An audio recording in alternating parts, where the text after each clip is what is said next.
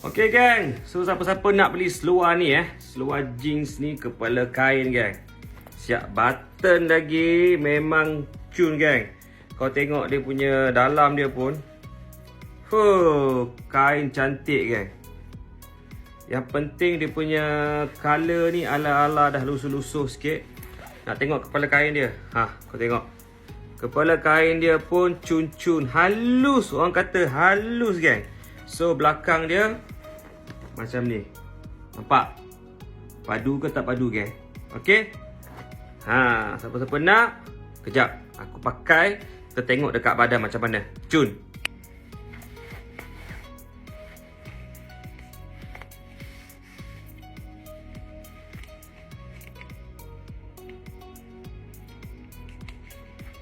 So far seluar ni aku pakai memang sedap lah.